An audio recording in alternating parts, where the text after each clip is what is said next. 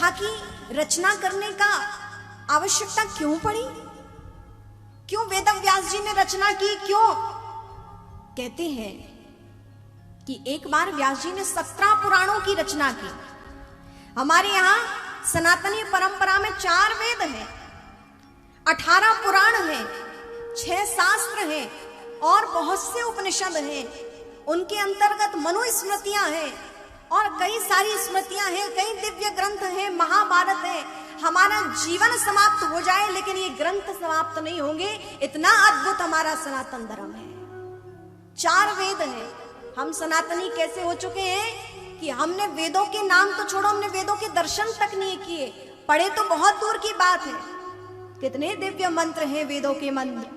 भद्रम कर्णेभिः शृणुयाम देवा भद्रम पश्येमाक्षभिर्यजत्राः।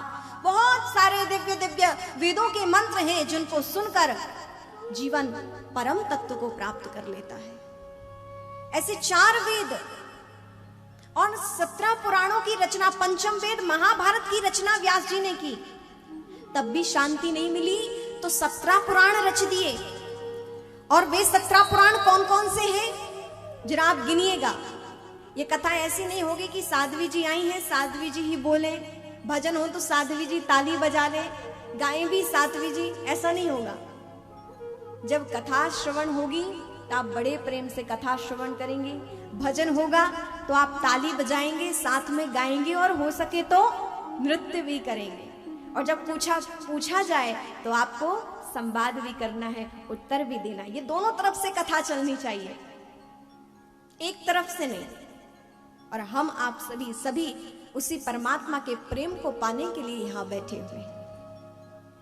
तो 18 पुराण कौन कौन से हैं जरा आप अपनी अंगुलियों पर गिनिए।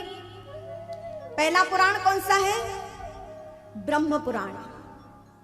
दूसरा पुराण कौन सा है? पद्म पुराण। फिर विष्णु पुराण। चौथा है शिव पुराण।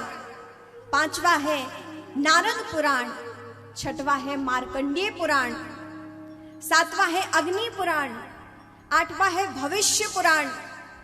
9वां है ब्रह्म वैवर्त पुराण। 10वां है लिंग पुराण। 11वां है बाराह पुराण। फिर स्कंद पुराण, वामन पुराण, कूर्म पुराण, मत्स्य पुराण, गरुड़ पुराण, ब्रह्मांड पुराण और सबसे अंत में दिव्य श्रीमद् भागवत महापुराण। ऐसे 18 पुराण हो गए ना। ये 18 पुराण है। 17 पुराणों की रचना के बाद भी श्री वेदव्यास जी के मन को शांति नहीं मिली। जरा देखिएगा कि ऐसे परम विद्वान जिन्होंने इतने दिव्य ग्रंथ रच लिए लेकिन फिर भी मन को शांति नहीं मिली।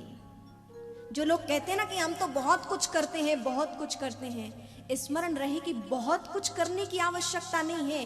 क्या सार्थक हम कर ले जिससे सब कुछ हो जाए, उसकी आवश्यकता है। 17 पुराणों की रचना की, मन को शांति नहीं मिली तो वेदव्यास जी एकांत में अपनी कुटिया पर बैठे थे। नारद जी महाराज का आगमन हुआ, दुखी देखा, व्यास जी को चिंतित देखा तो नारद जी कह उठे, वेदव्यास जी क्या बात है, क्यों चिंतित हैं? तब अपनी सारी बात बताई कि भगवान मन को शांति नहीं है। और देखिए अपने मन की बात कहां कहनी चाहिए।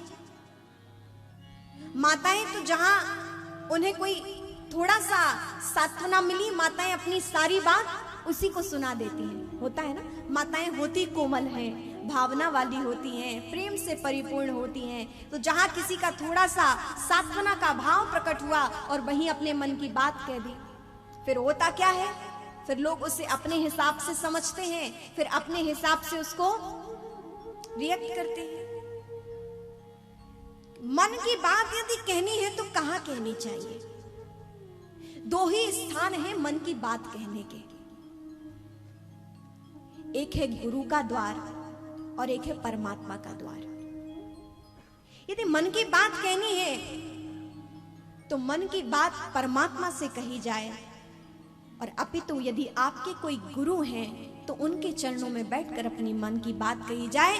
तीसरी अन्यथा कहीं ना कहा जाए, क्योंकि ये संसार आपके सुखों से जलन कर सकता है, ईर्ष्या कर सकता है, और आपके दुख से प्रसन्नता भी प्रकट कर सकता है, मन ही मन। इसीलिए मन की बात कहीं कहना है तो परमात्मा से कहिए, और नहीं तो आपके जो गुरु हैं उनके चरणों में अपने मन की बात कहिए।